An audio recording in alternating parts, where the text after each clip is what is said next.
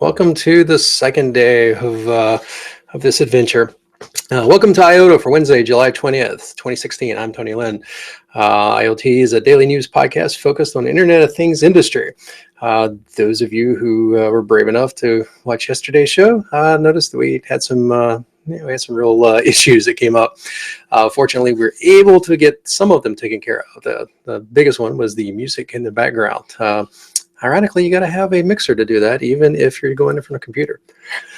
All right, so welcome back. Today, we're going to continue some improvements, and we'll go from there. Feel free to report anything that you may have seen yesterday that you would like for me to take care of, and we'll be happy to do so. So without further ado, let's get to the stories of the day. Yesterday, we started talking a little bit about IoT role and about the role of IoT in patient care. Today, Read-Write reports that the 6 benefits of IoT in hospitals. Many healthcare organizations are already using IoT to do several things. One, to decrease cost, meaning that patient monitoring can be done in real time, reducing the number of visits by doctors to the patient. This is especially true for home healthcare, which can cut down on hospital stays and readmissions. We're currently going through this with some personal issues with a family member, and so I certainly understand how that could be used. 2, improved outcomes for treatment with the same real-time reporting and always-on capability. Doctors can make decisions based on slightly more data than traditional diagnosis. This ensures timely treatment with improved outcomes. 3, improved disease management. Real-time data can help lead to changes in treatment before changes in patient condition get out of hand. In other words, that is, your disease state might change over time, that real-time reporting can actually find indicators of that well in advance. 4, reduced errors. With accurate collection of data, advanced workflows can help eliminate poor diagnosis and treatment options, reducing those costs as well. Number 5, enhanced patient experience. Proactive, timely, and more accurate diagnosis and treatment can only benefit patients. Again, the faster and more that a healthcare professional can find and make those changes, the better off the patient's going to be. And conversely, a healthier patient is a happier patient. And finally, 6, the enhanced management of drugs. Drugs management tends to be a major expense in many healthcare providers, and it also serves to be a problem with patients. Can't emphasize how many times that my elderly parents and parent-in-laws have mistaken their dosages either because of confusion or because of something else. And even pill boxes, and there are some technologies out there now that allow you to actually get your pills in a nice prepackaged plastic container. Even with that, people will have problems with this. This to me is where one of the biggest things that can be changed. Monitoring and managing drug usage can help eliminate both of those. So that's a very important thing. We're going to talk a little bit more about this in the discussion topic for the day, but I'll say that the healthcare in IoT, I think there's some real challenges. And, even though IoT will be extremely important in healthcare, there's some huge security concerns. IoT search engines such as Shodan, which we talked about yesterday, are showing that a large number of the devices are already insecure. And with HIPAA out there, IoT manufacturers and software developers have to put security first with these devices. Again, we'll talk more about this in a minute. So are you an IoT developer, an IoT designer? You're looking to maybe take that next step. So here's an opportunity. You can win a slot at the Iota Design 2016 conference in London. For those aspiring designers, send an email to the webmaster of the conference for a chance to win a free ticket. If you do win the ticket, you'll still have to pay for your own way to London, but the exposure would be phenomenal, would be well worth it. See the link in the show notes for more information. It is at electronicsweekly.com/blogs/gadgetmaster/IoT-design-competition-competition-2016-conference-2016-07. That's a mouthful. I want to make sure that going forward that I highlight such things like this and any hackathons that may exist in this space. So feel free to send me any that you know about. I know we just got finished with one here in Atlanta that was pretty nice. Me and my 3 kids actually We're part of it, although the aforementioned family member with an issue actually stopped us from finishing it because we had to go take care of her. And what I'll do is I'll actually carve out a separate section for this in the future. That way that we can all kind of keep up with this side of the world. So the question now comes: can blockchain help with solve the problem of trust in IoT? We've talked twice now in 2 days about the security of IoT, and Naveen Balani seems to think that this actually will be a solution. In a recent blog post, he takes on an excerpt, or he takes out an excerpt from his his book on enterprise IoT, which is expected to release by the end of this July. He discusses that applying the inherent cryptography of blockchain to the millions of devices will actually solve some of these problems. He argues that this will provide secure authentication and auditability of devices, which create trust for those devices. He says that blockchain is an enabler that can help solve the problem around trust, security, connectivity, and operability contracts. The problem is that manufacturers and developers must embrace this from the start, and his post is a warning that not to do so would be more costly in the long run. And I think that most people would agree with him, at least up until the point of implementation. Blockchain is one of these topics that even seasoned technologists don't understand, and the FUD, the fear, uncertainty, and doubt that comes along with that, coupled with the higher implementation costs, typically scare away even those with the best of intentions. It's a bit of chicken and the egg, or catch-22, if you will. It's hard to justify the additional cost on these early stage projects, and then when these projects actually start to take some ground, it's typically too expensive to come back and retrofit in this kind of technology. I'm not sure that there's an easy answer here. And, again, while I agree with him in principle, I think the execution is still outstanding. And, maybe this is something that the manufacturers can bake into what's going on, or maybe not. I'm interested to see what you have to say about this. I'm sure some of you have some really good insight into this. And again, this link can be found in the show notes, but it's at dzone.com/articles/blockchain enterprise IoT. Oh, excuse me.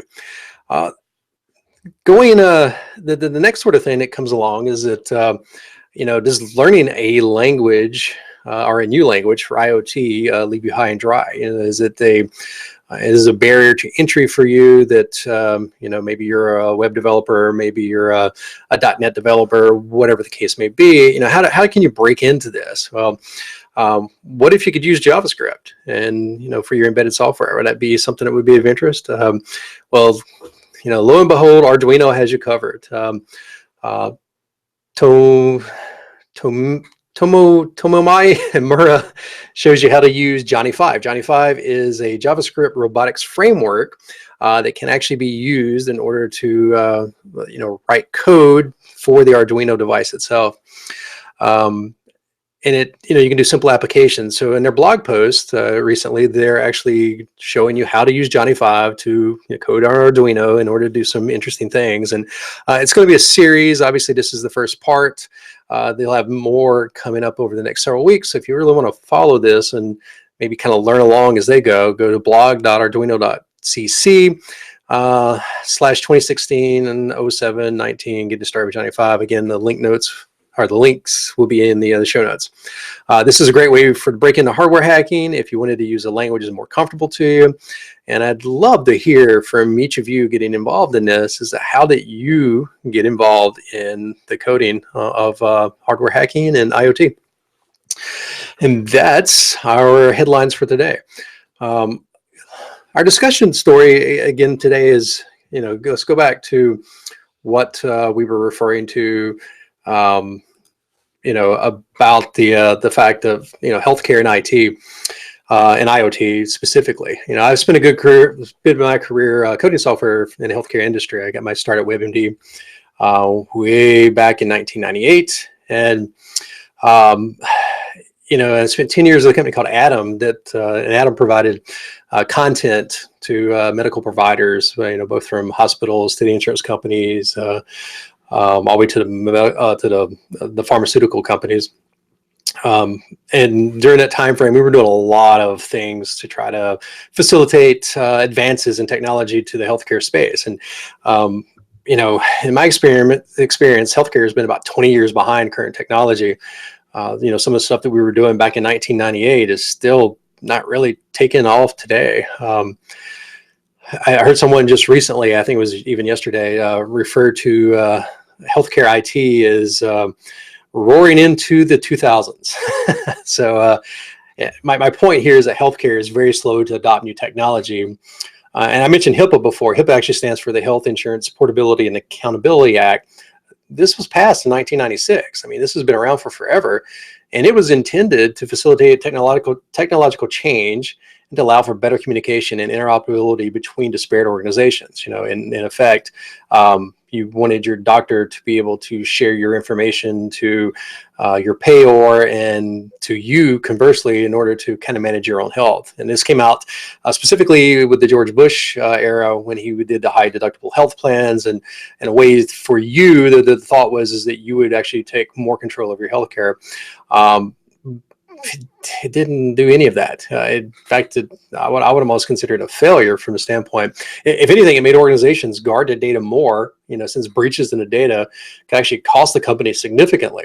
It's been almost 20 years since I worked at WebMD, and a good bit of, that Jeff Arnold and the company came up with then is just now starting to pick up momentum. And many in that industry back in 1998 and even the early 2000s have tried again and again to kind of push things forward. And while I like to think that IoT will move faster in healthcare than, say, traditional technology has, I suspect it will move at a more similar pace.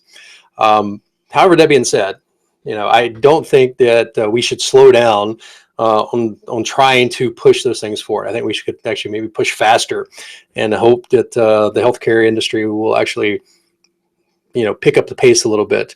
Only time will tell. What do you think? I'd like to see what you have to say.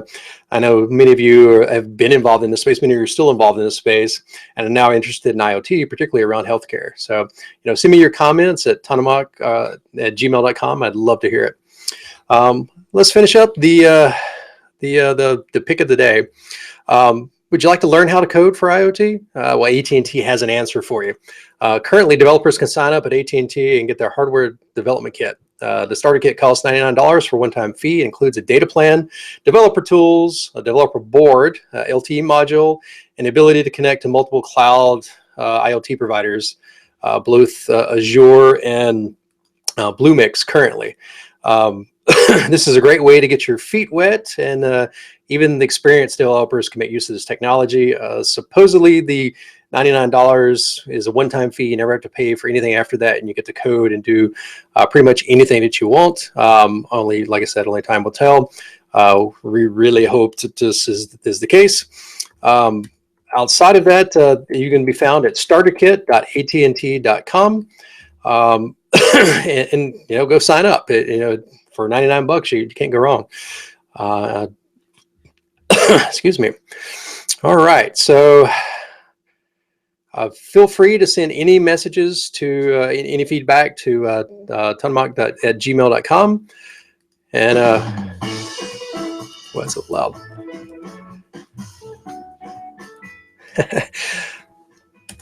All right, so if you like what you're seeing and you want to see more of this, feel free to help support the show. Right now, we're going to keep it as independent as possible, and you can join our Patreon at patreon.com/tonamak, or you can go to iota.tonamak.com and give us any feedback that you may have.